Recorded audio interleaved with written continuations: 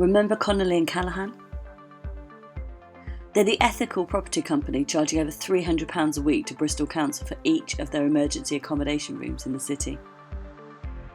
Emergency accommodation that includes cockroaches, rats, raw sewage, no furniture for 8 months, poor maintenance, no hot water, and many more problems.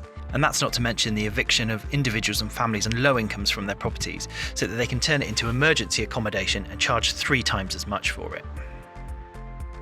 Acorn has been campaigning to get Connolly and Callaghan to agree to our fair and simple demands to sort out the conditions of their properties and stop profiteering from homelessness.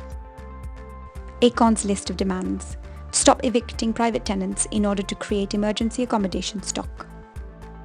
2.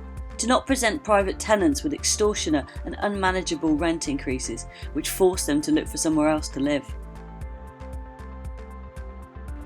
3. Ensure that all properties are maintained to a high standard and address the issues around dangerous and unsatisfactory living conditions.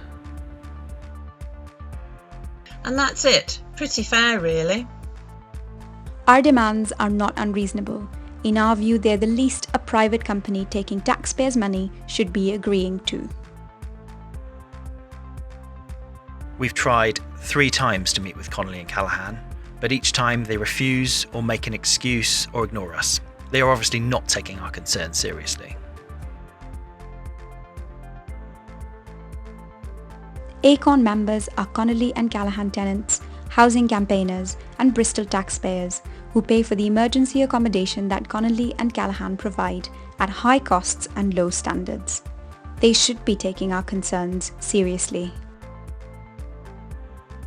We won't be ignored, and we will continue our campaign for as long as it takes to get housing justice for tenants and for Connolly and Callaghan to stop evicting people to profit from homelessness.